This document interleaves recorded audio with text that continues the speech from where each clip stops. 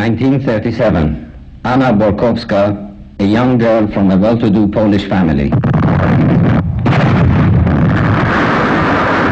The Second World War. The invasion of Poland.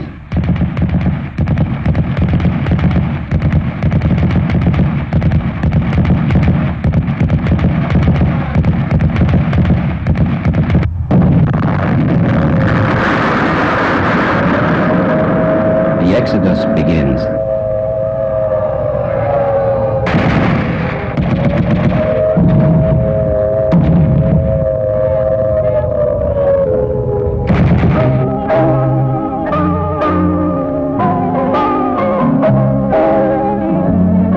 Richard Snowden of New Zealand asked me to place flowers on his mother's grave. This is just one of many such occasions that I have come with flowers in my hands to the Christian cemetery in Tehran.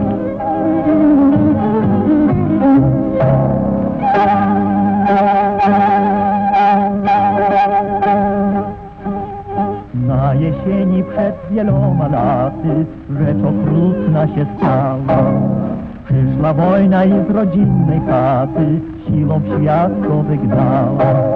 Wiatr poniósł jak jesienny liść, troską sercu ciężko było iść. Obca noc się nad nim rozszumiała, obce pachniały kwiaty. Idzie, idzie, podśpiewuje i płacze. Zgubił drogę i znaleźć jej nie może, zabląkany kujaw gacze. Idzie, idzie, oplakuje i śpiewa, potem jak na kujawach o tej porze polone szumią drzewa. Some years before, when I first came, I saw gravestones stretching before me, row upon row of unfamiliar names, of children between 1 and 2 years old lying side by side with those of the aged. It made me think, it caused me to ask, why this catastrophe of a nation? A Lost Requiem.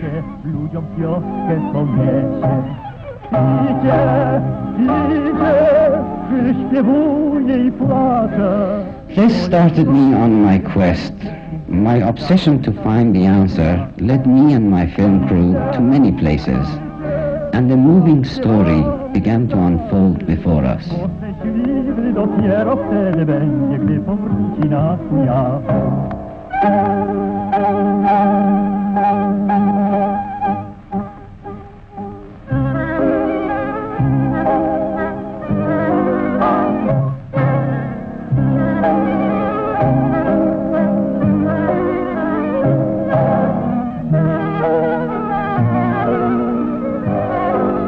Death and disaster fell upon them through something like this telegram. Wenden Sie sich umgehend zwecks einer Nachprüfung Möglichkeit Übersiedlung nach Deutschland an Deutsche Flüchtlingskommission Brest-Litovsk, Hotel Posen.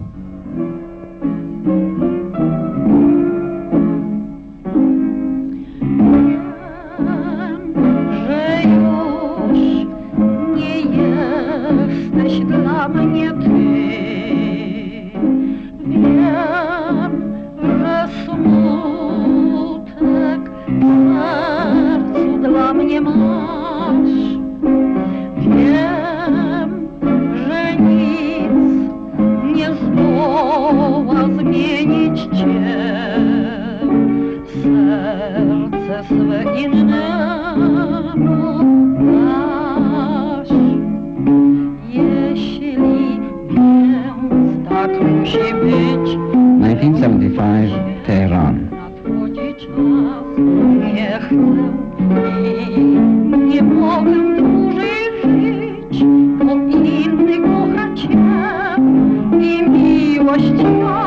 Anna Bórkófská, living with her aging mother and her only son, of her marriage to her late Iranian husband.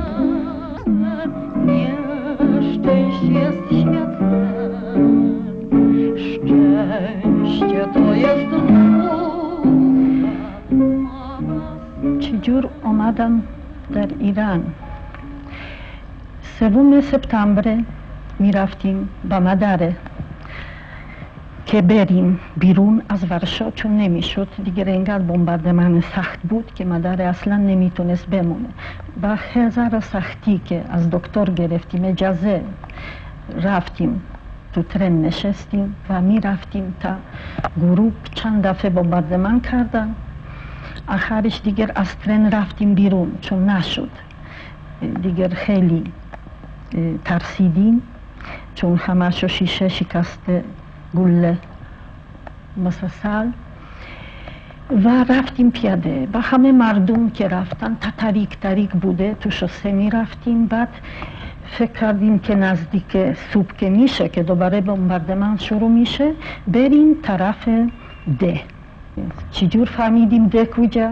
از صدا خروس یا سگ. هیچ اون موقع در ترس نداشتیم با مادر رو که 2 زن الهده می رفتیم تو جنگل که پر از گرگ و چیز داره مال ما، خرسا. خلاصه رفتیم تو ده ها، اونجا خبیدیم روزا. از شب دوباره می رفتیم، هی تندتر می رفتیم دورتر از ورشو تا 1 ماه. برادر که اومد اون روسا، دیگه زیر دست روسا بودیم، همش می اومدن گفتن خوب کار کنی، چون دیگه هر 2 درس خوندی. برادر من هم کنسرواتوریم تمام کرد تو شهر وچ، هم مدرسه تجارتی دبیرستان، بالا دیگر نرفت. و گفت خوب بنویس کنترکت. نمیخواستیم چون میخواستیم برگردیم لهستان. خیلی نوشتیم به انکاوده که میخواییم برگردیم ورشو. پس فهمیدم که ورشو نیست، فقط گفتن که ما راحت بریم بدون چیز. اونو بودن با کرابین با چی فنگا. خلاصه بردن اونجا، چی جوره تو با وگونه برای گاف، هیچ چیز توش نداشت. بچه ها جوانان درست کردن یک چیز توالت تقریبا وسط وگون. و اینا از همش بدتر که هیچی نه خوراکی نه آب. چند روز 3 روز به 3 روز آب میدادن، فقط وز کردن وگونه. بعد رسوندن منو، لابد 2 هفته بودیم تو ترن که رسیدیم تو ارخانگلسک. از اونجا دیگر با تراکتور بردن منو تو وسط جنگلا که میشه گم شده اونجا. و تو باراک زندگی کردیم، چند تا فامیل با هم. هیچی مهم نبود که اونجا جوون دختر بود و مادر من که جوون برادر داشتم. تو یک اتاقی که از میدونی از چوب درست شده که اینجور سولاخا بود، به دوم چیز معلوم بود چی اونجا همسایه درست میکن. بعد منو فرستادن تو جنگل که اون درخته که خزیر بودن دیگر بریده بودن که با تبر بگیرم فقط اون روشه چیه کورا پوستش بگیرم. از صبح تا شب خوراکی فقط نون خالی سیاه و نپخته، چون وسط بود کیسه. اون پورسیون بود 0.5 کیلو برای هر کسی که کار میکنه. کار نمیکنه هیچی نگرد. مادر من هیچی، چون همیشه مریض بود، همیشه تو تخت خواب بود. و 3 دفعه نرفتم کارامو، چون گفت که دیگر زندان میری. دیگر 4 دفعه که اومد گفت آنا ایوانونا بفرما به کار، دیگه رفتم چون میدونستم که زندانه. خوب فرستادم تو کار چی؟ خیلی سنگینه. برادری باید بسازه براکا، هم با چوب با تبر اینا شکرات باید کار کنه. همه خندیدن اونو. یه دونه بود اون رئیسه، خندید گفت ببین این آقا از لهستان، آقا یعنی خیلی بده که آقا چی جور تبر بلد نیست نگار داره. گفت خوب، من که تبر رو اصلا ندیدم از اول عمر، بدی برای من ویولون من نشون.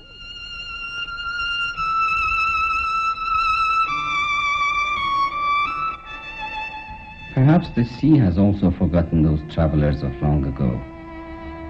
In 1942, the world powers decided on the evacuation of thousands of Polish. They set out from Siberia via the Caspian Sea to the port of Anzali. From here, the young and healthy were returned to the various battlefronts and the others to different parts of the world. Death and disease accompanied those poor people on their long journeys.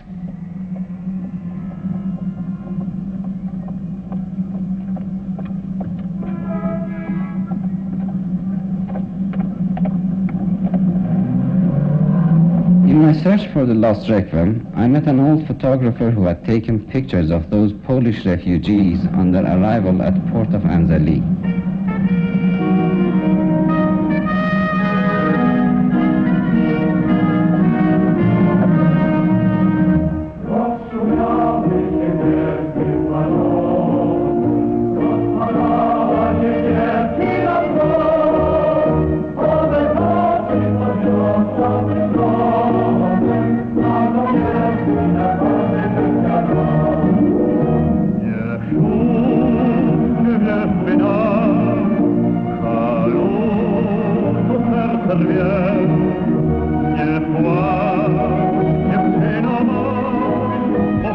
That had covered the faded photographs, concealed beneath the memories.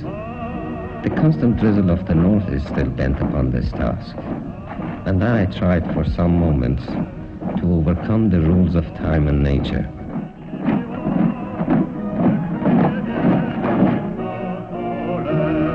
As I walked in the wet and deserted parks of Anzali, the sound of marching feet came to my ears, of the young soldiers who were forced out of their homeland and were being sent out to different battlefronts around the world.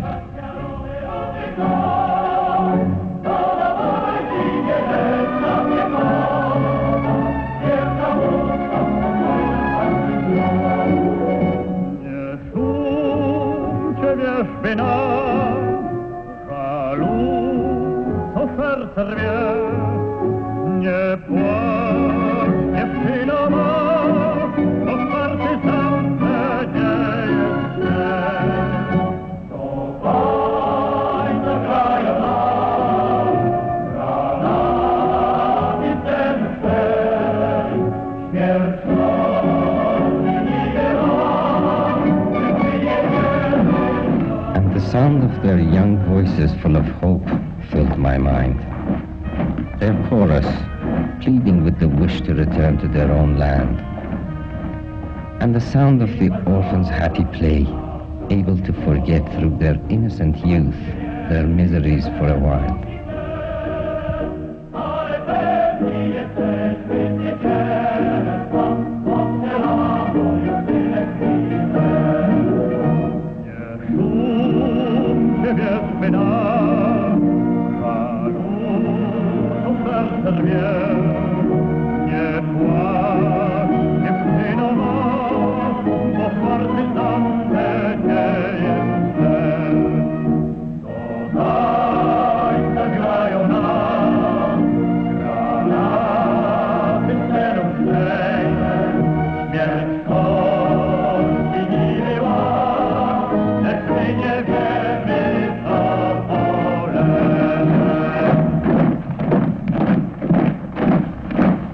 Suffering visitors to our shores had departed from Anzali many years ago. It was only in my mind, on these desolate park steps, that their pale photographs flashed before my eyes. I saw them. I heard them. In these silent, empty parks, I retraced their footsteps.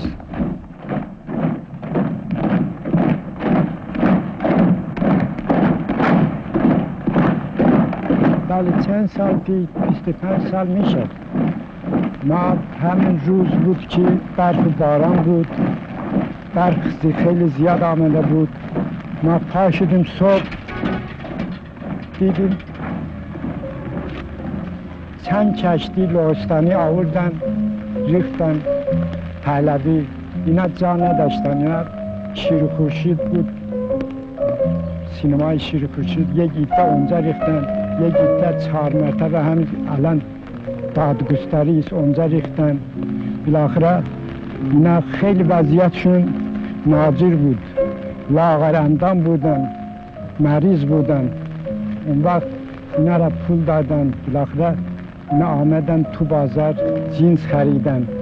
اون وقت لباسهایشون را کندن، همه را چون مریض زیاد بود لباسهایشون را سوزوندن، تازه لباس دادن به اینا. بعد اینا را بردن لب دریا، اونجا چادر زدن، اونجا خیلی اونجا موندن. یکی عده همین تو بولوار چادر زدن، اونجا موندن. بعدی دکان من یک چیز بود، بندر بود، جعبه درست میشد برای اینها. روزی 50 تا 30 تا اینا میمردن، بالاخره دفن میکردن اینا را.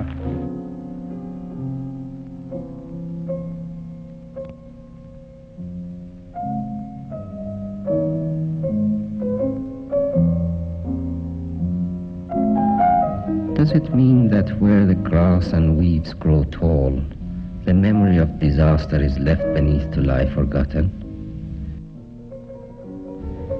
Is it right that where the rain has fallen, a lost requiem is to be washed away with the dust? ملتی خیلی نجیب بودن، خیلی خوب بودن. اونجا یه روز من عکس میگرفتم، اونجا دیدم یک زن صبح زود آمده، بالاخره دیدم یک عکس نشان داد. این دختر خیلی دختر این زن بود، چیز بود، پیرزن بود. بالاخره گفت این دختر من است. تقریبا میشد 3 ماه که اینا گم کردن، خبری از این ندارم. بالاخره عکسش دادم، خیلی ممنون شد از من. خیلی هاشون طفل بودن، خیلی طفل بودن، گریه میکردن. اینا خوب دیگر از مادرشون از پدرشون جدا بودن، خیلی هم مردن.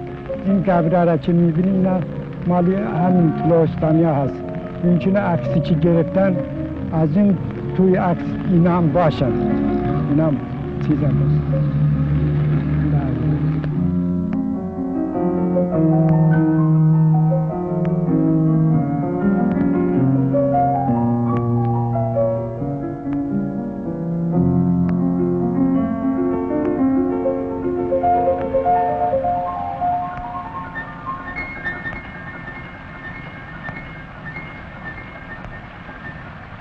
از این کار سخته که برادر کار میکرد تو جنگل، اون چیز خونه ها میساخت، مریض شد. چون هیچی لباس نداشتیم برای عوض کردن، خیسه آوردیم شب و خیسه باید بپوشیم. اصلا ضعیفه بود و تب خیلی محکم گرفت و اجازه دادن اون موقع که تب خیلی اون موقع میبردن مریض خانه و دادن گاری اسب و گمهیش برد اینو تو مریضخانه 30 کیلومتر بعد از اونجا که ما زندگی کردیم. 3 روز به من جواب دادن کماندانت، یعنی رئیس اون چیزه روسه، گفت که خوب خانومی این برادر شما مرد، بفرمه الان اجازه میدم برای شما اون کارت برو با اون گمهیش بذار تو زمین. مادر من خیلی علاقه داشت به برادرم، خیلی بیشتر از من، و فقط فکر کردم چجور که ماما نفهمه که چرا اون لباس رو میبرن، که لباس رو. گفتم خوب ماما لابد بهتر شده، خاله برمیگرده زود. و رفتیم اونجا پیاده تا شب آمدیم اونجا پیدا کردیم دوباره یک گاری با اسب و تابوت اون خرید یا چی جوره و رفتیم تو مریضخانه که همونجا یک اتاق خاص مخصوصه که نگر میدارن کسی که مرد. اون برادر رو خیلی صورت نراحت داشت، نمیدونم یا به درد مرد یا اینقدر که دور از ما میمرد، چون خیلی عاطفه بود، خیلی پسر خوبه بود، خیلی دوست داشت منو برادر. خلاصه رفتیم تو جنگل که اونجا قبرستان نبود، یک جای مخصوص برای لهیستن یک هرکی اونجا مرده و هر ستایی شروع کردیم به نمیدونم چی بگم، درست کردن جا. خیلی سخت بود اما درست کردیم تا شب، نزدیک شب و گذاشتیم 3 نفر اینو توشه. بعد اون گمهیشه فقط 2 تا درخت برید کوچیکه که یک صلیب رو درست کرد گذاشت، روی اون من نوشتم Victor Bورکوفسکی, born 1914, died 1941, Siberia.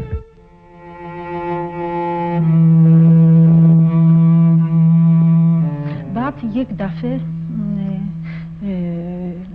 به صدا اومد که همه ما آزاد میشیم که جنرال سیکورسکی درست میکنه یک آرمه از لهستانیا و ما آزادیم. خوب تو آزادی دیگر میرفتیم تو ازبکستان. مردم خیلی خوبن، هر چی میتونستن کمک کردن برای ما و خیلی بهتر چیز داشتن برای خوراکی، گوشتا. گاهی وقت عوض پنیر و کشکا، من فکر کردم پنیر رو چه خوشمزه بود بعد از یک سال که پنیر رو ندیدم، اون کشکا خوردیم. همینجور رسیدیم تا یک شهر نمیدونم کراسنویارسک لابد نزدیک دریا که اونجا دیگه نشستیم به کشتی و با کشتی اومدیم طرف ایران. چه خوشحال بودیم.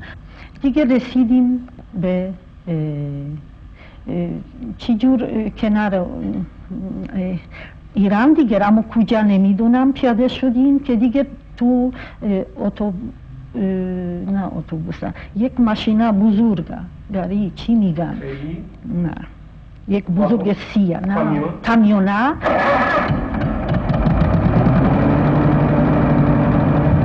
The convoy of lorries brought load after load of these refugees to camps in Tehran and other cities from Port Anzali.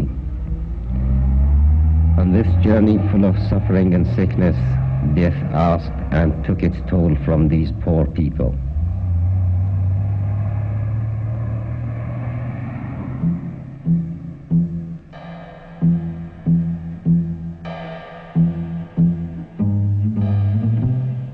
جنگ جهانی دوم 1942 اینا از طرف انگلیس‌ها اینا رو می‌آوردن تو اسیر کرده بودن، مریض می‌شدن تو ماشین می‌مردن، اینجا آوردن دفن کردن. A Christian cemetery in Qazvin.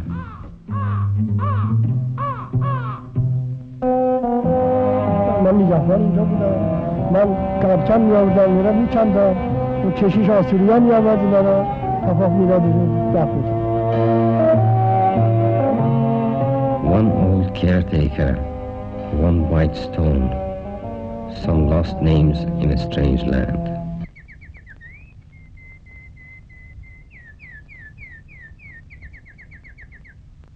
In Qazvin, I visited the house of Dr. Filipovich, where he welcomed us warmly.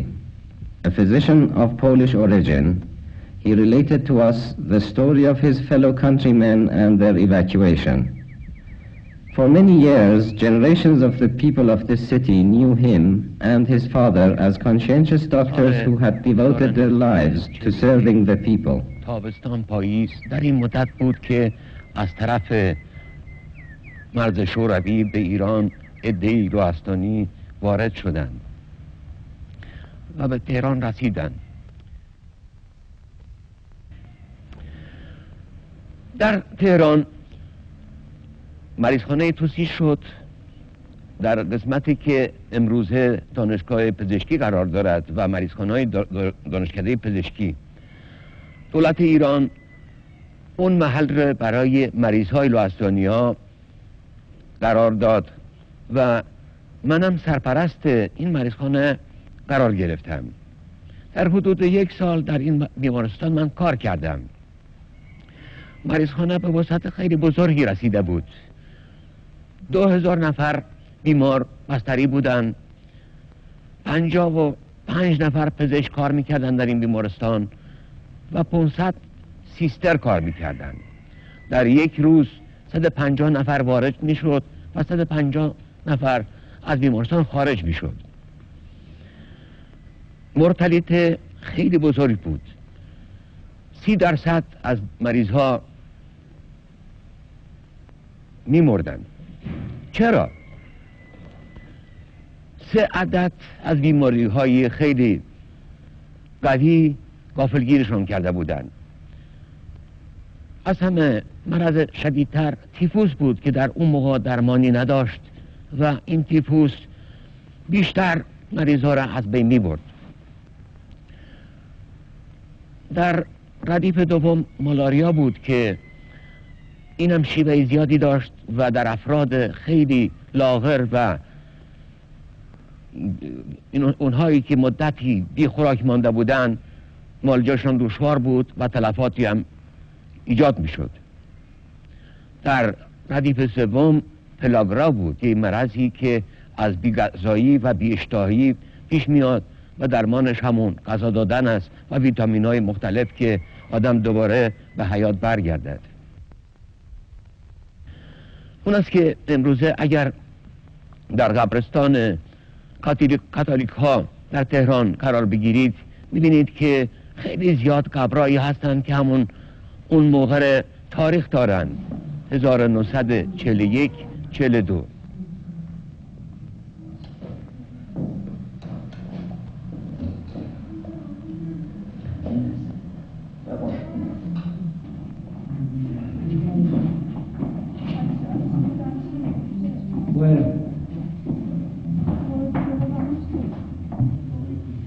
بیست سال است من در قزوین کار میکنم.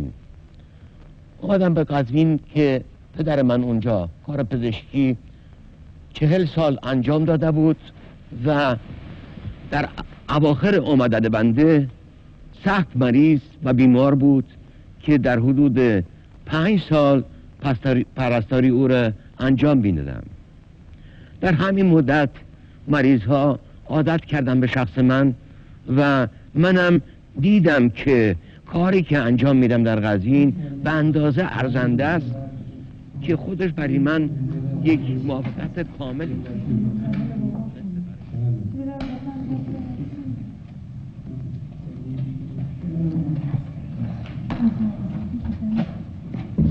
شماره 3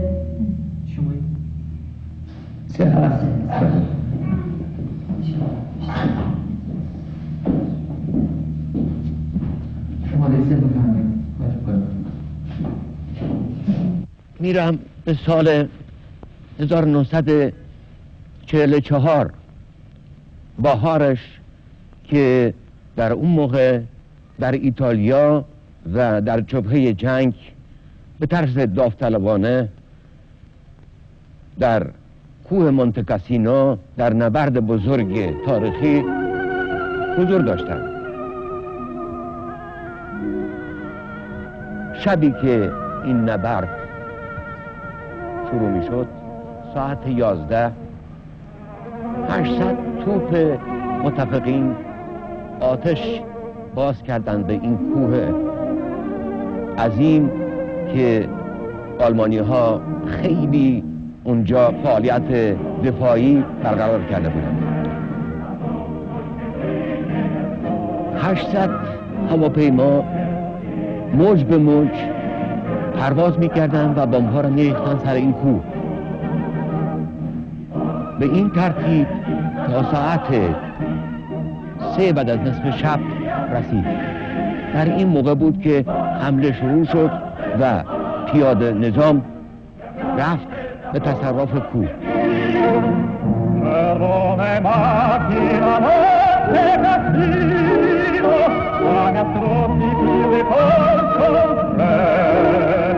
نیم ساعتی نکشید من که پست پزشکی داشتم 2 کیلومتری این کوه مجروحین رسیدن.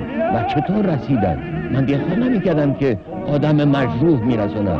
من خیال میکردم که مثل یک سل از آدم‌های زخمی شده، اینایی که با خون ریزی های شدید میرسن قرار گرفتن. 30 ساعت نبرد طول کشید و در مدت 30 ساعت از دستگاه پزشکی که من کار میکردم 530 نفر زخمی گذشتن.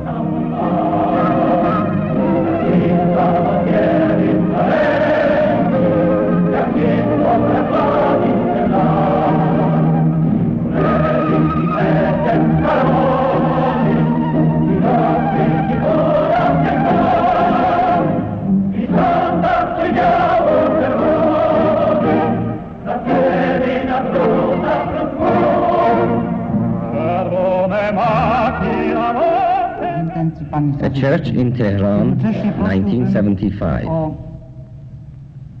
The weekly mass held in Polish. Skupienie w czasie mszy świętej, ponieważ ta msza święta będzie wyjątkowo może pokazywana gdzieś w świecie i chcielibyśmy, ażeby nasze skupienie modlitewne dało dobry przykład zachęcający innych ludzi, którzy będą nas kiedyś oglądać, do modlitwy. Że Polacy Those who remained forever in Iran following the time in the refugee camps. Gorliwością, wyraz twarzy mamy skupiony, poważny i może ktoś, kto nas będzie oglądał, weźmie z nas dobry przykład. To może jest opatrznościowe, może zrządzenie Ducha Świętego. Idzie, podśpiewuje i płacze, zgubił drogę i znaleźć jej nie może, zabłąkany kujak znacze. Idzie, poplakuje i śpiewa. W imię Ojca i Syna i Ducha Świętego. Amen. Let us pray. Boga Ojca, łaska Pana naszego Jezusa. Let us pray that no nation may ever again be sent forth from its homeland. Przeprośmy Boga za nasze grzechy, abyśmy mogli godnie odprawić najświętszą ofiarę.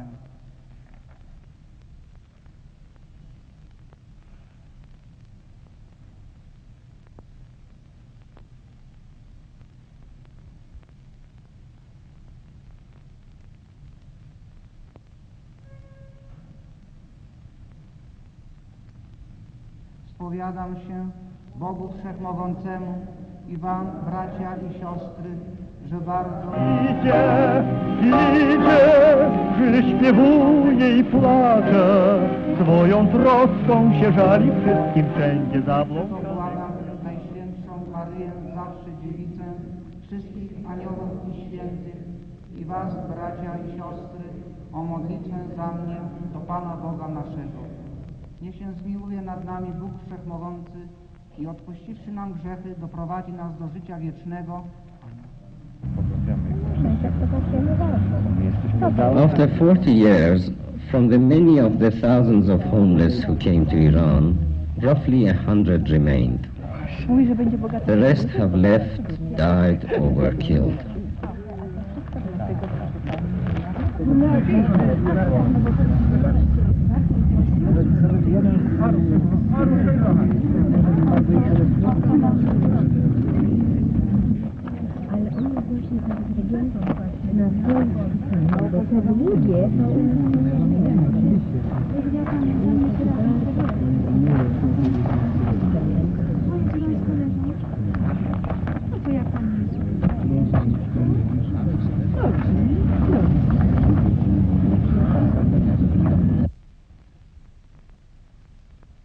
In several areas of Tehran and other cities in Iran, many well-equipped camps were erected to cope with the influx of homeless Poles.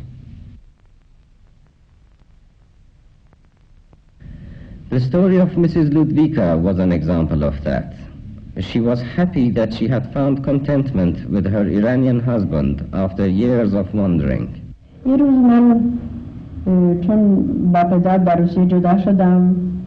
یک روز داشتم می آمدم صبح که برای بچه درس بدم دیدم یک پیرمرد ایستاده بود. البته بعد از این 2 سال پدرم خیلی عوض شده، منم همینطورم، هم دیگر رو تقریبا نمیشناختیم، ولی حس کردم که باید این پدر من باشه. رفتم مدرسه، گفتم به بچه ساکت بشینن، برگشتم دیدم خوشبختانه پدر همینجا ایستاده بود.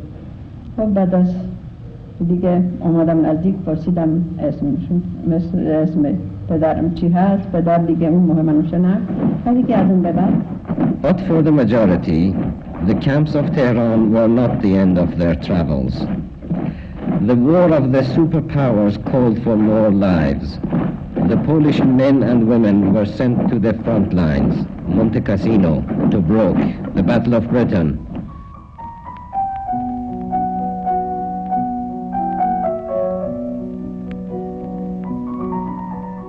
Those who went have gone.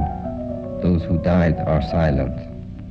And for me, the voice of the few remaining that I found echoed the voice of the many who came to Iran. اینجا در کمپ یه مدتی زندگی میکردیم، خیلی البته خوشحال بودیم، ولی در این حال خیلی ناراحت هم بودیم، برای اینکه ایران رو میشناختیم فقط از درس تاریخی که در مدرسه خوندیم، زبون بلد نبودیم. این بود که من در تهران مطب داشتم و کار میکردم. لوستانیا زود من پیدا کردن و من شروع کردم کار کردن برای این مردم بیچاره که در وضع خیلی ناجور قرار گرفته بودند و در کارخانه مسلسل سازی پشت تهران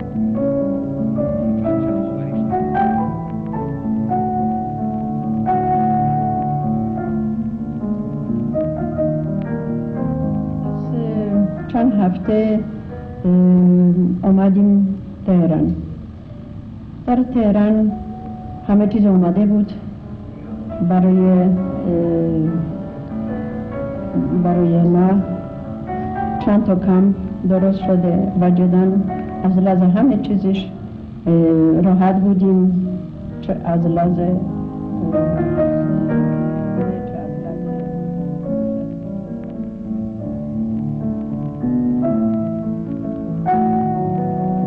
روزا بود که یک صحنه خیلی برای من جالب پیش اومد.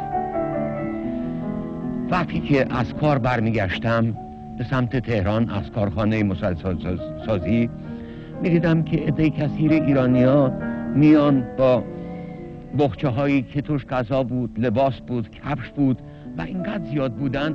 Time and time again, during my years of research, I walked past the graves reading the names that were strange to me, again and again. از یک کمپ به یک کمپ با یک کامیون ما بردن و سر راه مردم شروع کردن یه چیزی پرت میکردن به طرف من.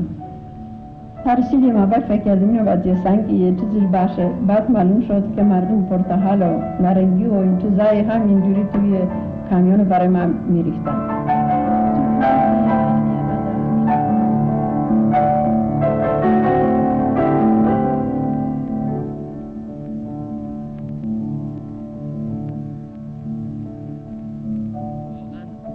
صحنه به این عظمت و به این زیبایی و شرمستی شخصا دیگه من هیچ وقت ندیده بودم.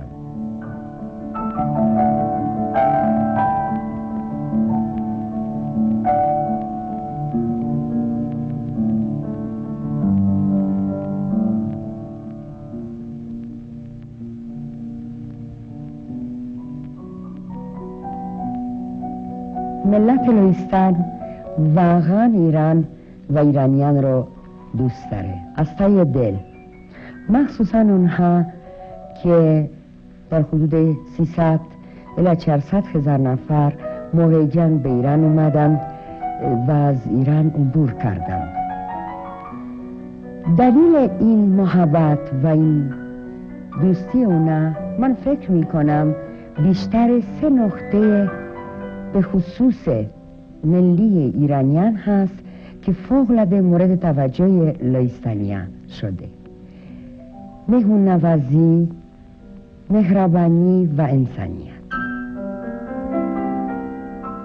تا رسیدیم فکر میکنم تا قزوین دیگر انقدر پر مردم وایسادن، انقدر خوشحال، مثل که خوشحال که میتونن ما رو گده گرسنه بعد از جنگ که میتونن پذیرایی بکنن.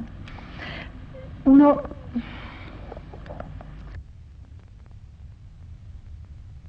چیز نیست. فراموشی و هر کی می انداخت چیز روی ماشین که ما میگیریم. من تو دست رسید یک ذره نون شیرین تو یک خوله کوچیک سفیده و پنیر و چند تا نبات. اون خیلی چیزه، نه برای قیمت، نه برای نون، برای این که قلب چقدر که هیچ کسی نداشتیم اینجا اینجور پذیرایی کردن. It was death and its crazy dance.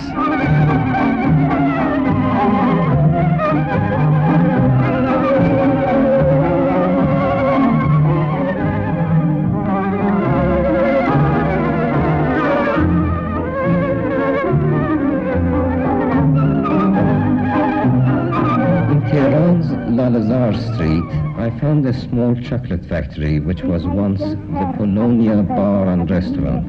Słońca na niebie, dlaczego lśni? Sam chyba czujesz, jak śmiesznie to brzmi.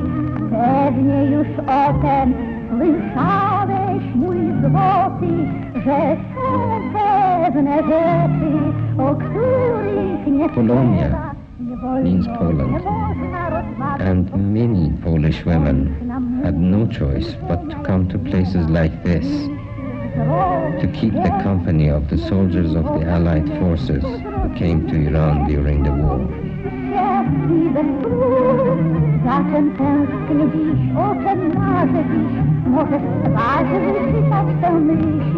Musisz sercem zrozumieć dziś treść moich snów. Jeśli mnie trochę miłujesz, bo jak nie kochasz mnie, to choć powiem ci, to i tak nie zrozumiesz tych słów.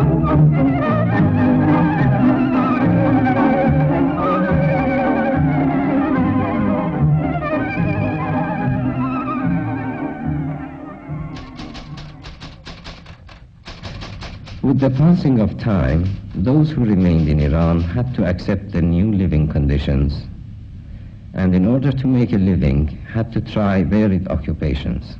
من فوراً اینجا که رسیدم میخواستم که کار کنم. هی رفتم مریضخانه کار کردم، لهستانی کمک دکتر بودم، خونو میگرفتم از بچه هم برای ملاری برای همه کار.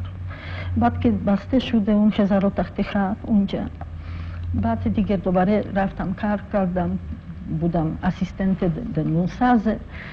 آخرش دیگه رسیدم به پولیش آرت استودیو. Different groups of Polish people organized theaters and concerts for the collection of funds for the orphans and refugees. عروسکا از همش بهتره که بعد از چند سال 42 رسیدم، 47 شوهر رو پیدا کردم، چون تو پولیش آرت استودیو میخواستن منو بیرون میکردن تو خیابون، چون پول ندادیم برای پول نداشتیم بدیم برای اون خونه که داشتیم، اما هیچ کسی بلد نبود بخونه. یکی شوهر من یک دوست سرنگ و لهستانی داشت، این دیگر گفت بخم بیا ببین روی خونه ما چی چسبوندن. این خون میگه ای بابا تا کجا نشستی اینجا، بیرونش میکنن. Again, from the ashes of death grew the seed of life, again looking with hope to a brighter future.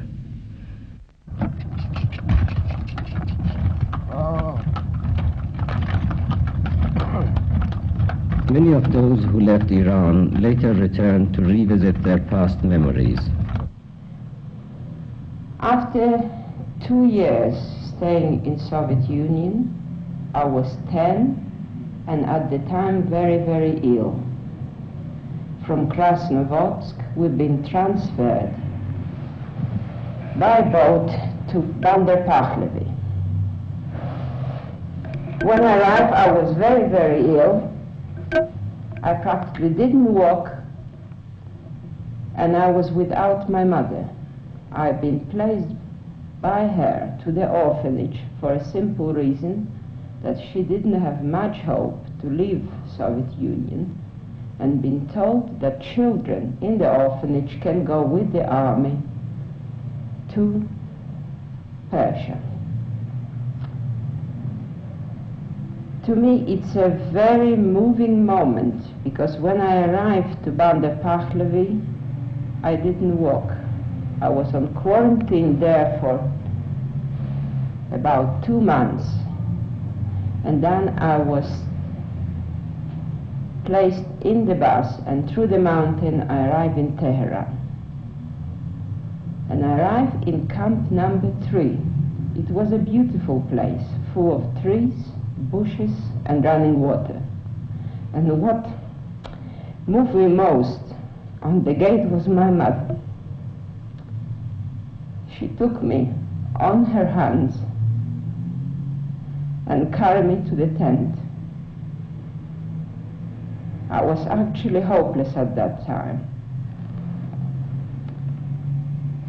And then she started nursing me to health. I honestly don't know how to explain, but it's like a paradise.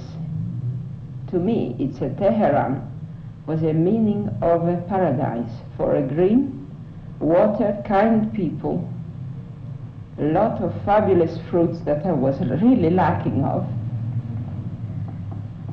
And then I acquired a taste for pomegranates that I'm still very fond of, because they somehow appeal to me very, very much. We've been in Tehran about, if I remember rightly, either 4 or 5 months, and then we lived with my mother and older sister to Ahvaz. Ahvaz was very, very hot. That was a very nice place to me, because I started walking there, walking and running like mad. I was literally hardly touch a ground. I was so utterly delighted as a child to be able to run again.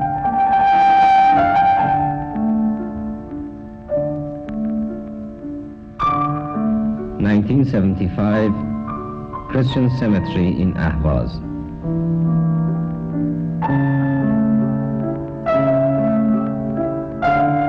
I came to Ahvaz with the picture in my mind of the Polish gravestones of Tehran and Anzali.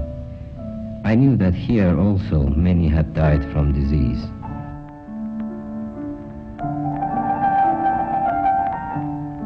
My eyes were searching for the long rows of similar stones. You know, I was very, very happy there. Ahvaz, it's most happy place for me, as far as Iran concerned.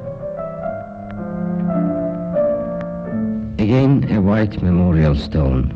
Here, not even a name was engraved.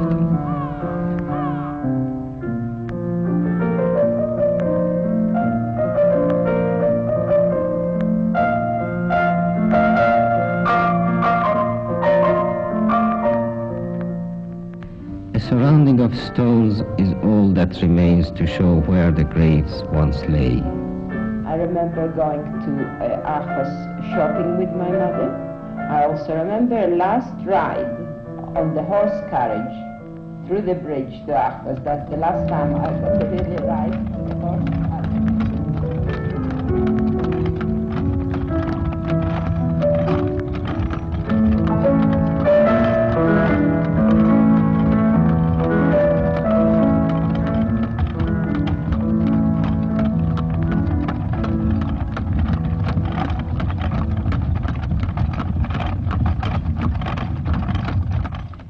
In Ahvaz itself, especially the people that, let's say, traders, I found extremely kind to us, extremely good people.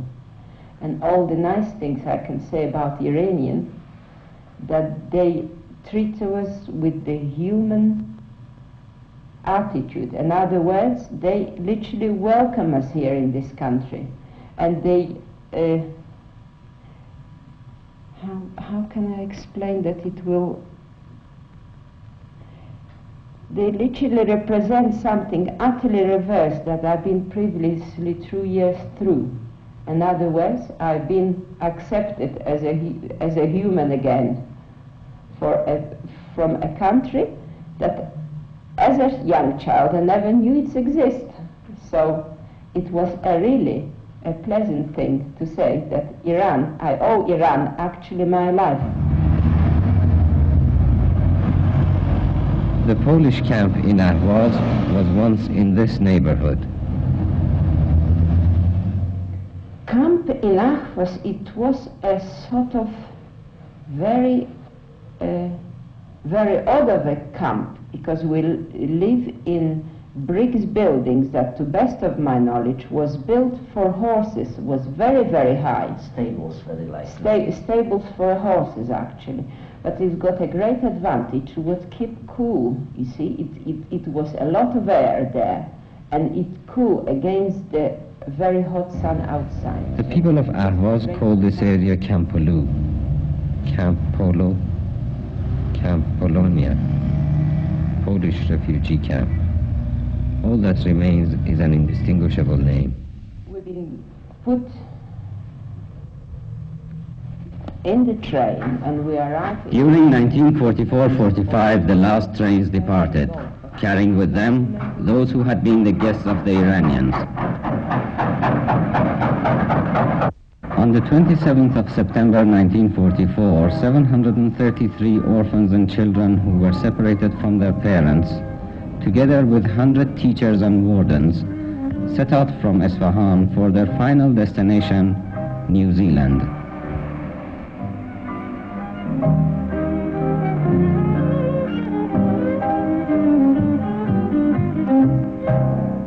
The ship carrying the orphans was almost a month en route, and on the 1st of November 1944, it docked in the port of Wellington, New Zealand. Przyszła wojna i z rodzinnej chaty siłą świat go wygnał. Wiatr ponieść jak jesienny liść. One of the teachers accompanying the children quoted, "We were leaving the hospitable land of Persia behind, and at the same time we're going further and further away from our homeland." Odśpiewuje i płacze, zgubił drogę i znaleźć jej nie może, zabłąkany kujat zacze. Idzie, po placu. 30 years later, I was in New Zealand as the guest of the same people whom in Persia had been the guests of my homeland. At the 30th anniversary celebration of their arrival in New Zealand at Payatua, the same place where their camps had been erected.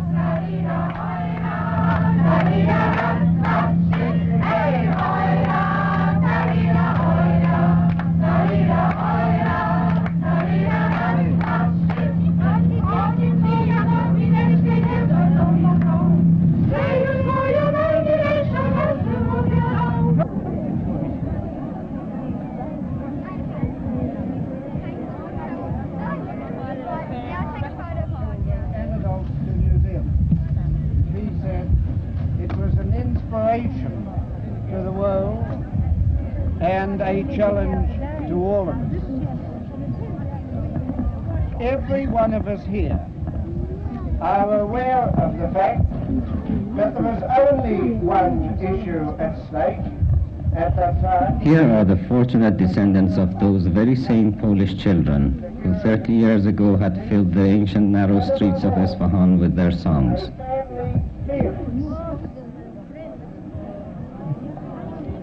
In Julfa district of Isfahan, I visited and took pictures of what was once their school and of the houses that were once their refuge. These photographs I took with me to New Zealand and gave them the album containing the glimpses of their past. Where you used to live there are yet in Isfahan. Very old but nice houses. I made some pictures from these houses. I don't know who remembers them. So I show it to you. It's a street in Julfa. It's Julfa.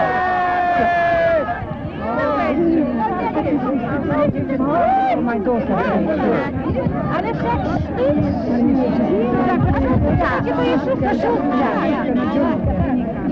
We did enjoy our life in Persia. We really did.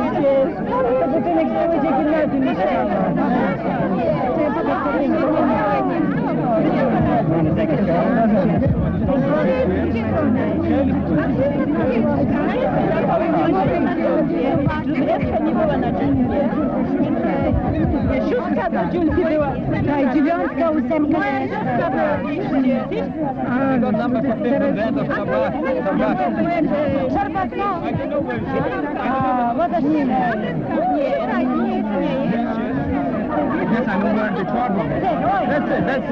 That's the one. That's number 15. That's the boys. That's where I was here. And that's continuation number 15.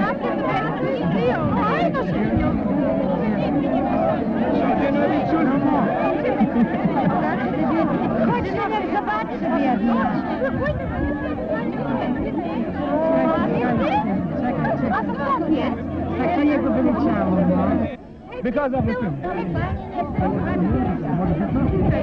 was a convent, this is charity, and they're still there. Yes. There was a Sor Maria, I don't know if you remember. Yes. Sor Maria I met before I came. Oh, yes. I can't remember her special name, but it's all of them Greek. Well, since in our last we think of it. Yes, sure. The children of Polish origin from the houses of Isfahan, now grown women and men of New Zealand nationality, searched among the photographs their past childhood, their memories.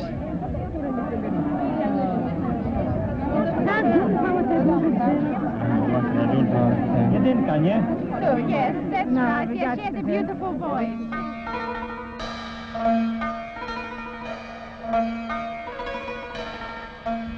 A street drenched in sunlight.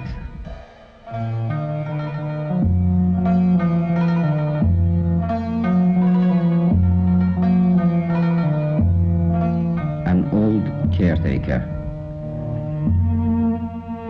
An empty, abandoned building from whose dust-covered windows no one saw the stranger.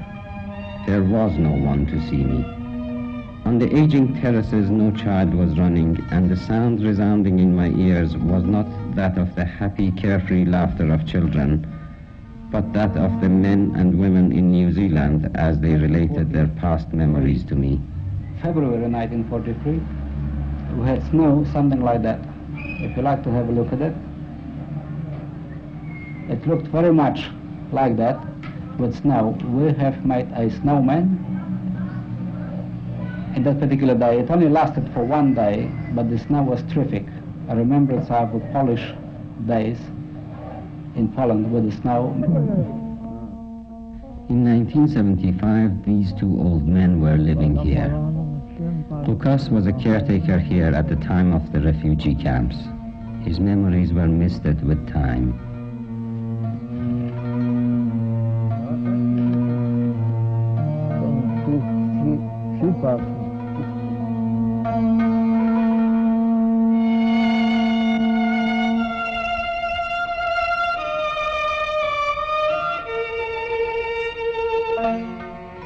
عثمانی همون رو سال شد جنگی سالی بار اومدن اصفهان اومدن اینجا تو این مدرسه اینجا بادرون کردن یه 6 ماه و بعد 6 ماه دیگه رفتن برای لرستان.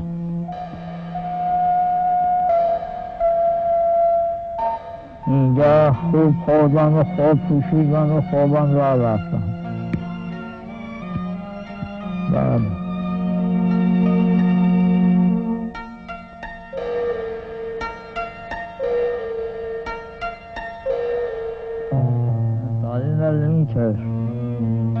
Parina Khachi Nero, Vanesh Nero, Tondera Cartoon Nero, Lebon Vasapino, Tondera Cartoon Nero, Epaneris.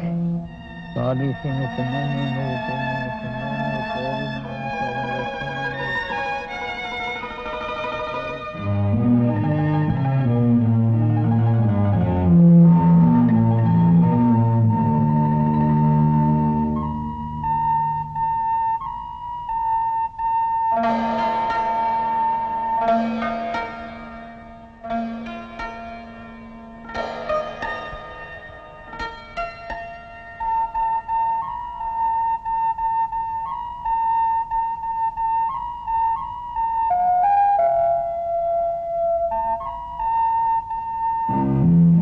About Leastani, I don't know anything, but I came down from Indonesia. During the Second World War, I was in Indonesia. And 1941, when the Japanese invaded that country, they imprisoned me also there. For 4 years, I have been in a prison. And everything I lost, and then I came back 1958 to Iran, to my birthland. And about the children of this place and anything, I don't know anything about here.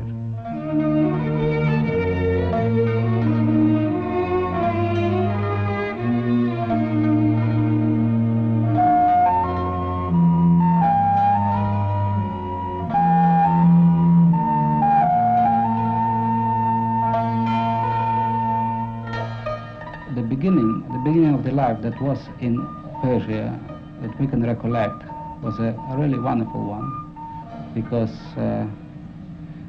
we were given a beginning from way of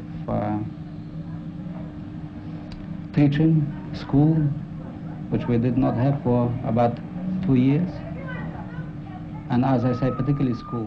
یه خاکی بود یه وانش متولی نبودن، هر چی میخواستن اونا میخوایدن میآوردن برایشون، منم کارشون رو کردم.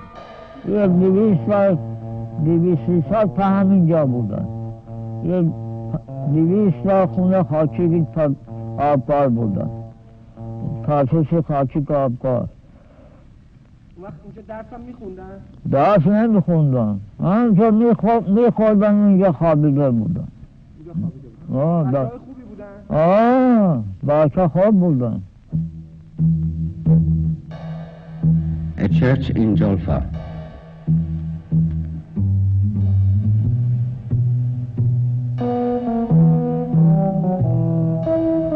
Again a blanket of dust.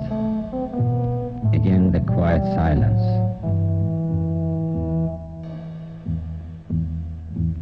The forgotten ones.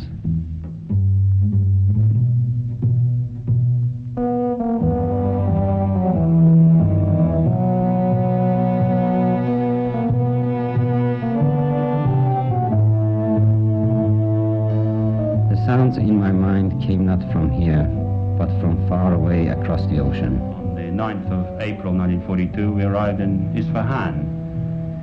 We stayed in location number, what we used to call number 3, which was a convent run by an order of French Catholic priests.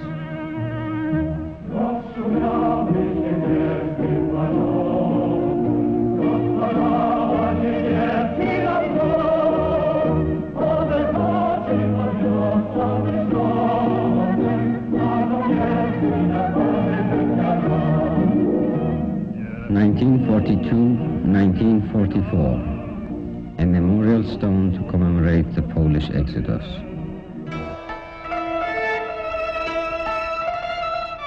During the days of my quest, I wandered alone through the streets of ancient Isfahan, searching for the Lost Requiem. The finding of an old decaying balcony was sheer excitement for me.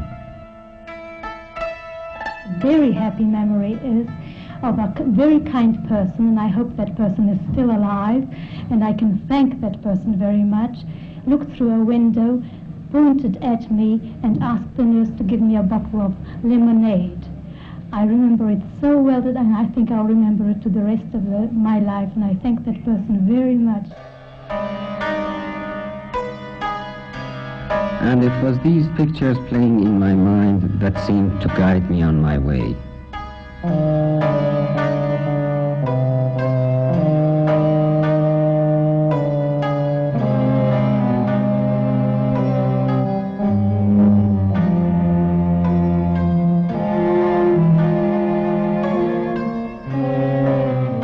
I visited the mosque in Isfahan and remembered the stories the people in New Zealand had told me of the pranks and escapades they had got up to here as children.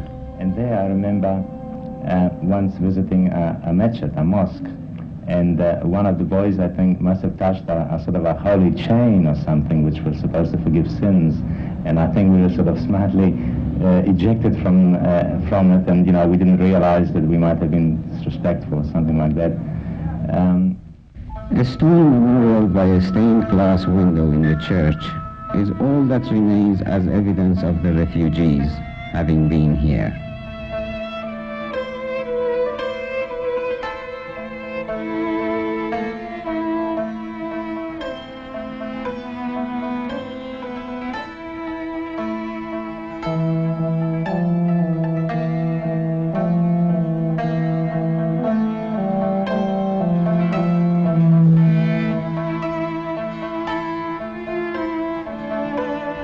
I was sure that the children playing here were unaware of those who had long ago stood by this very same pool to take pictures under the arches.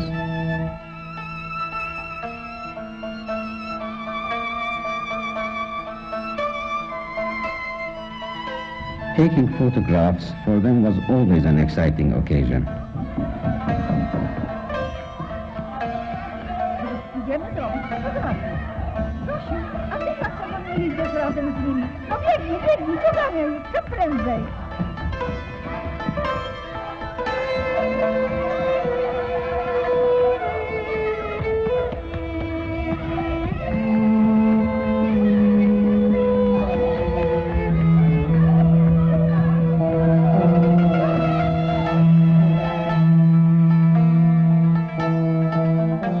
I surveyed the deserted balconies. The children had gone to faraway lands to begin their lives anew. The Iranian camps had been for them the end of illness and death. I was Milgish. I was born in Persia, in Isfahan, in 1943. Of course, I don't remember anything, but Mother often used to mention things about Persia. The wonderful fruits that were grown there. Mother also mentioned about halva. We left Persia after 2 years, and we arrived in New Zealand in 1944. The ship that we came out was an English ship from Persia to Bombay, from Bombay on the American line. I'm not quite sure of the name now. This is my birth certificate.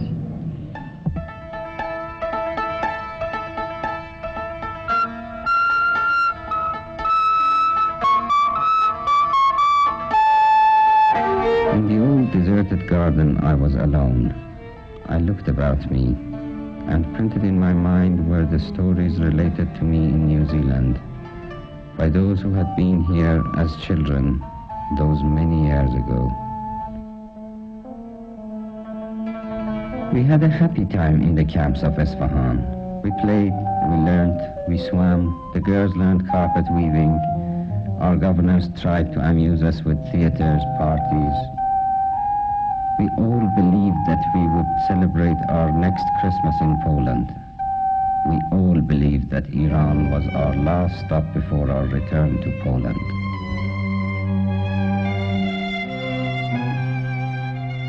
We were put into camps, which were huge buildings, and each building contained about 2,000 boys. Sometimes the other camps contained girls. Now, in those camps we were very well looked after, and we were well fed, and we had big, huge gardens to run around in and play. And we had our schools there, we had swimming baths, we had everything that was that we required. And the hospitality of Persian people was just impossible to imagine, because when we left...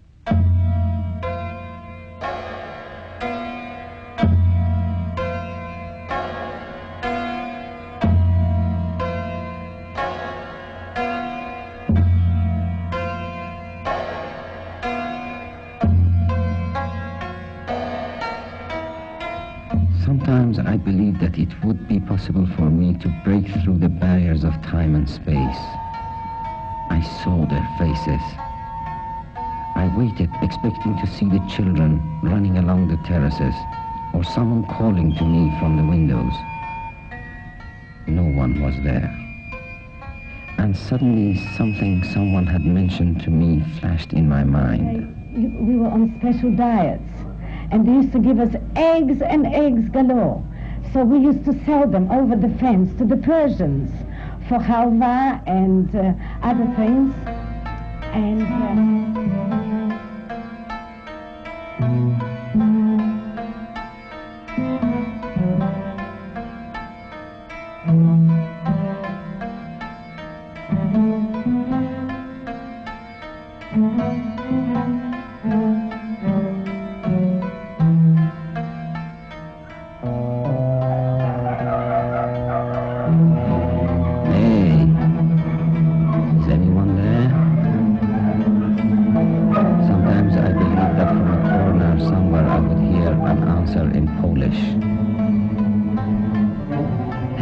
children, come and play in the garden. Do you understand Farsi? Do you understand what I say? Do you hear me? Have you learned Farsi? Remember, Alek be petese jim che he dol zol rejeze sin shin sad zat taza ein kein gain fekov gov lon min nun vogaye, something like that.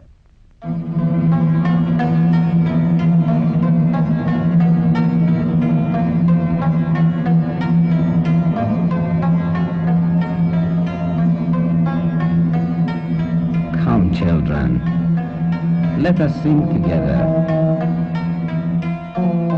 Polish, Iranian, anything you like.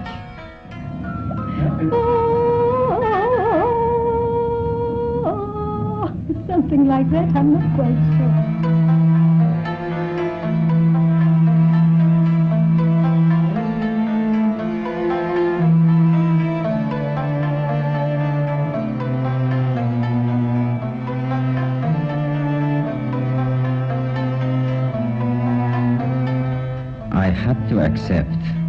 I had to accept the limitations of time and space. The children had gone long ago. They had carried with them the memory of the hospitality of a nation and the pictures of an ancient land. Being taken around the town of Isfahan and being impressed with taking the impressions of what we call here the mysterious East.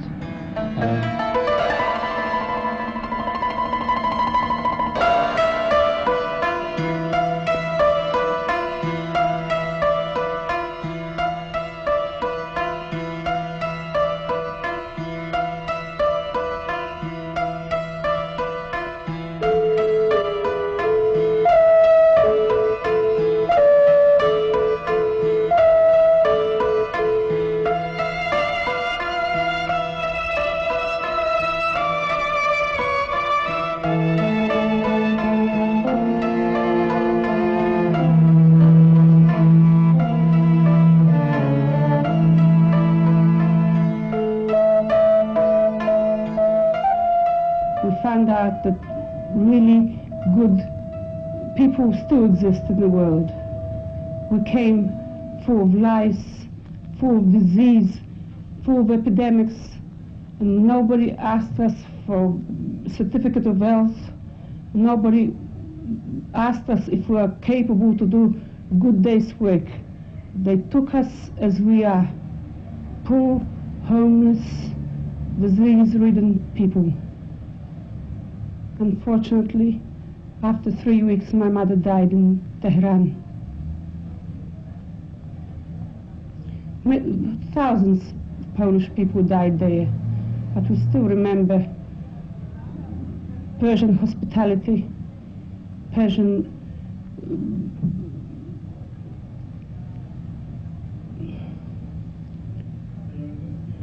kindness to us. Now, I want to ask you something.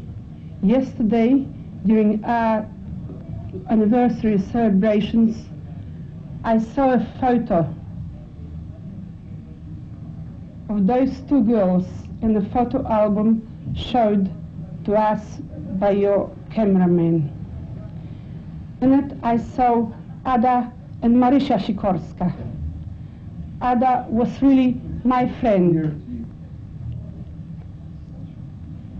We went to school together in Persia. She was a brilliant girl. I would love to know what happened to her since then. I read in one of the Polish magazines that she's at the moment in Brussels. Apparently, she's a very well-known person there. She's on the committee fundraising. They're collecting money to rebuild Polish historical castle in Warsaw. I would love to have her address and write to her. If it's possible at all, please send it to us, or please let me know where she is. Have you a message in Polish language? Ada, gdziekolwiek jesteś, odezwij się. Tutaj jest kilka dziewcząt z naszej klasy i my byśmy wszystkie były bardzo szczęśliwe, gdybyśmy mogli z tobą jeszcze raz porozmawiać, przynajmniej listownie.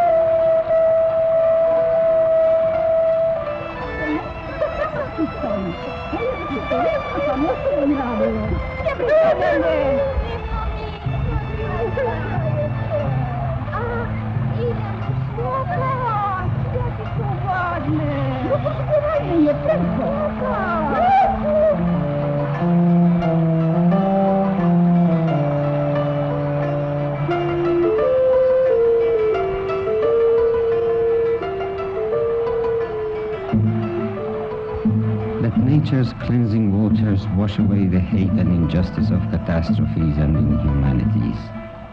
And what remains will be love, justice, and friendship. Let us believe that one day human beings may be allowed to forget their requiems. Let us believe. Let us believe.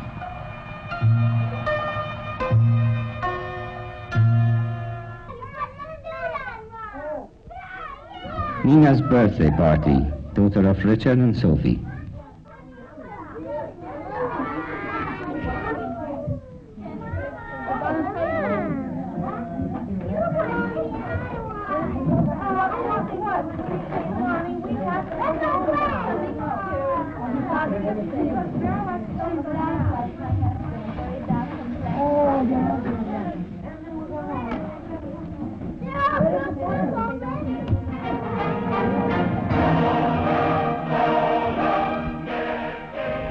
Richard and Sophie were two of the Polish children from the camps in Isfahan.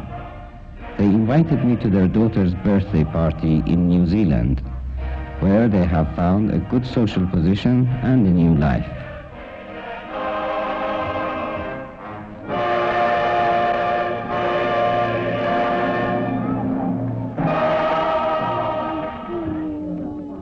So now we're all ready for a big hearty happy birthday or not? No, we're not. No? Candle stop. Nick, I think you better... You can tell us after Now, the are you ready? Okay, One. off you go. Right. Big birthday! Did I help to you? Happy birthday to you. But I was very nostalgic because I remembered on that day when I was that little girl, so many years ago in Iran. Does it play me in the three? Two down, say 1, 2, 3, and on the three we'll all blow together, but only in the three. You all ready? Yes. Right. 1, 2, 3.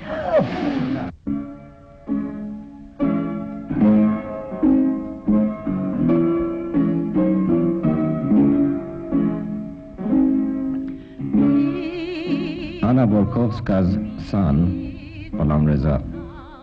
که دیگر نیستی فقط غم از تو برایم هست تو عوض نمیشی با هیچی قلبت مال دیگریست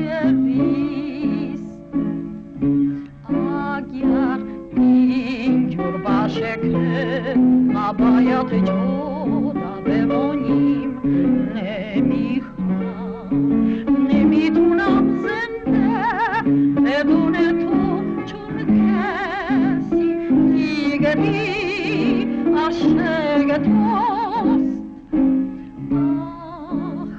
دنیا پر از بدبختیست خوشبختی فقط تو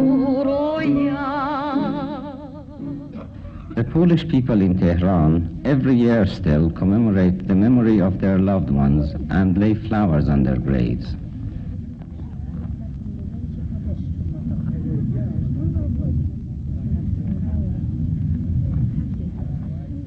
Friends on friends' graves, children on parents' graves.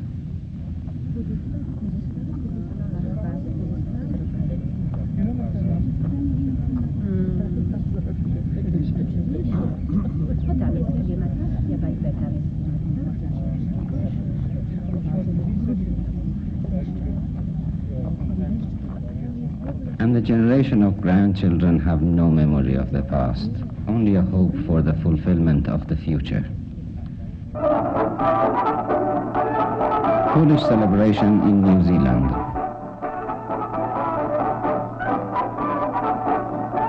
Nina's birthday.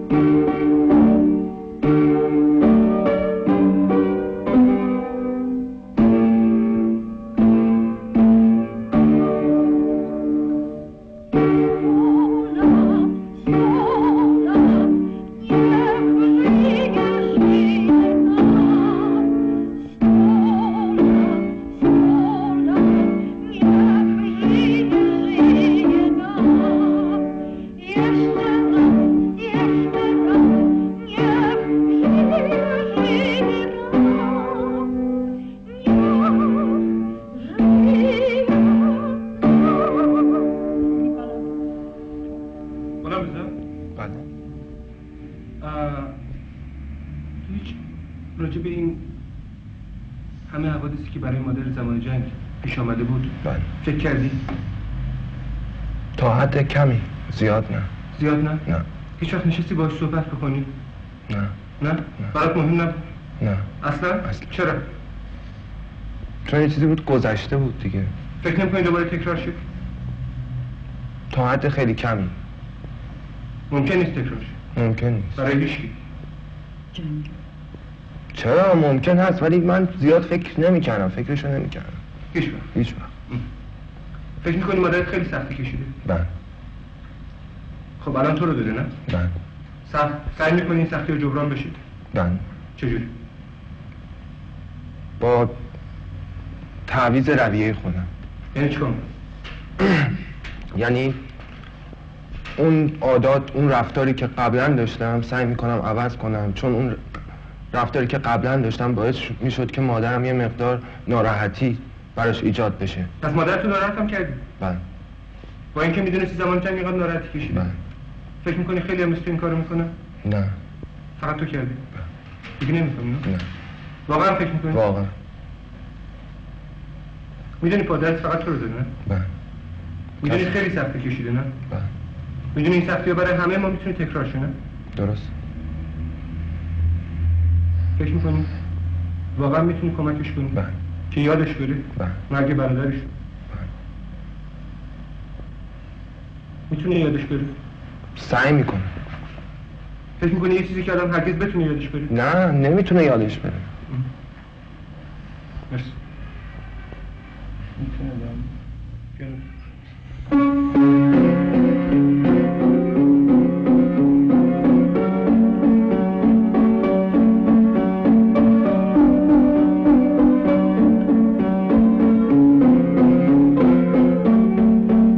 وقتی آشیروسن که اومد در بولوار جام سینمای شیرخورشی پیاده شدن و اونجا ما مغازه داشتیم و اساس سیگار و کبریت و بعد شیرینی و حلوا و از این چیزا به فروش میرساندیم.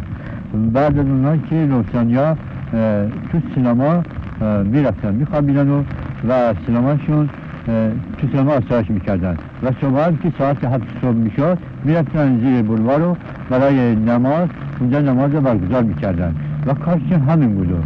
روسانیا که از لهستان میخواستن بیان دشت خیابان با لباسهای کهنه و منزرج و وارد بندر پهلوی شدن و ساعت 10 صبح بود که وارد پهلوی شدن. اینها را در سینمای شیرخورشید و بولوار و سینمای ایران جا دادن که برای آسایش اینا فراهم بود و کارشون همین بود و صبح زودا از ساعت 7 صبح میرفتن برای نماز زیر بولوار نماز برگزار میکردن و آشیروسان ساعت 7 شب وارد بندر پهلوی شدن و اینا اساس و لوازمی که احتیاج داشتن از ما میخریدن و برای اینا از هر نوع برایشون آماده کرده بودیم و راحت اینا هم که از سینما شیرخورشید ایران و سینما ایران میخوابیدن و جای اینا چون که جا نبود و سرشون برای همین اعلام میدادن. اون وقت صبحها ساعت 7 صبح بلند میشدن میرفتن برای نماز زیر بولوار برگزار میکردن که I searched for years among the rows of gravestones in the cemeteries for the Lost Requiem. I cried along with the rain for the Requiem. But with the passing of time, I too forgot.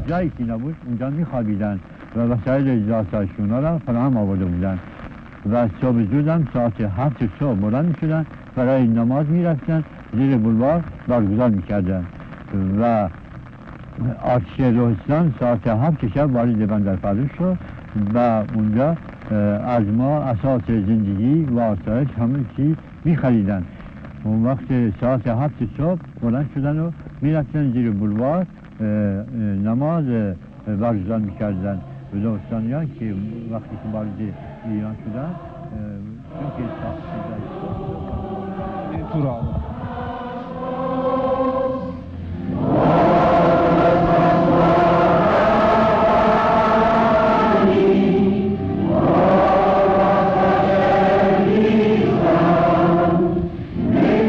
Life goes on and people sing its praises.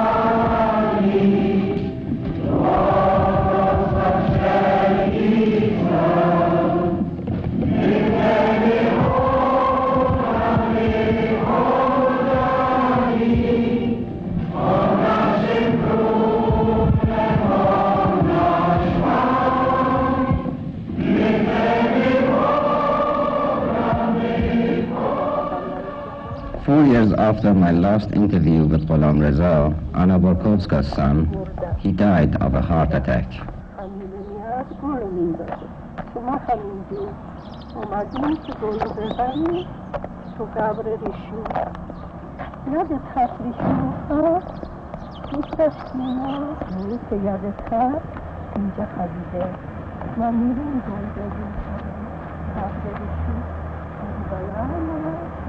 Ghulam Reza's daughter.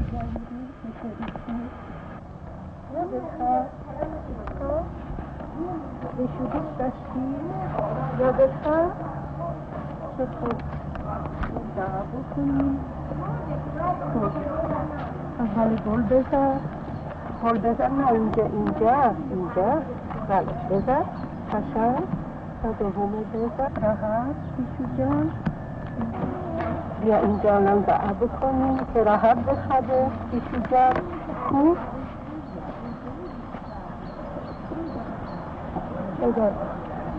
بگرد اینو ریشون بخواد میدونی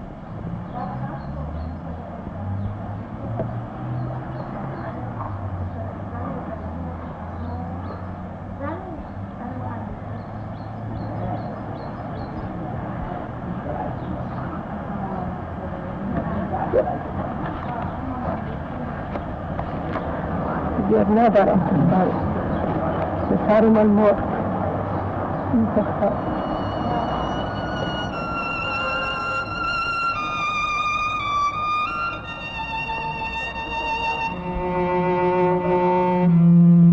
Believe that from the ashes of death the seed of life is born.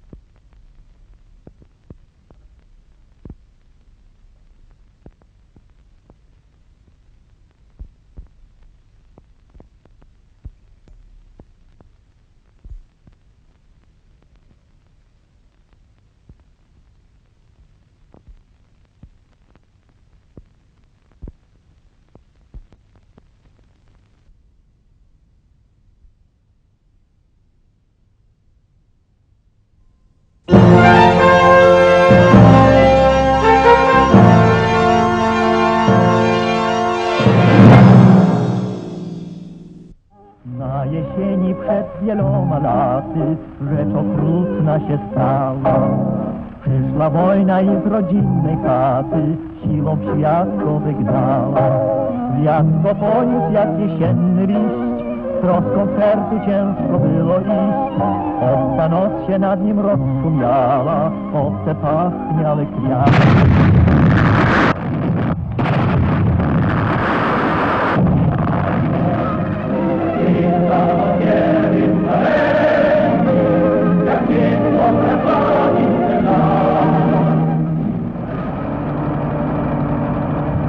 The convoy of lorries brought load after load of these refugees to camps in Tehran and other cities from Port Anzali.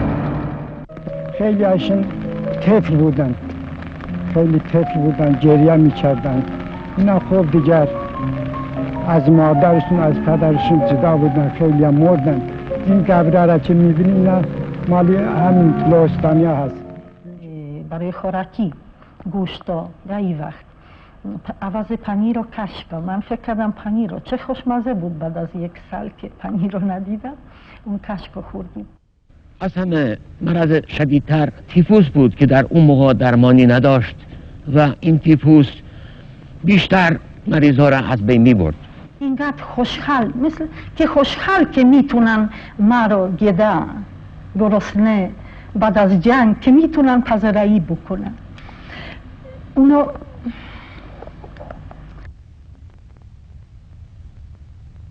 چیز نیست.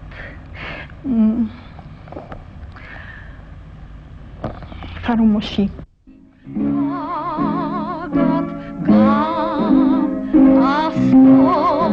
برایم هست تو عوض نمیشی بر هیچی قلبت مال دیگریست.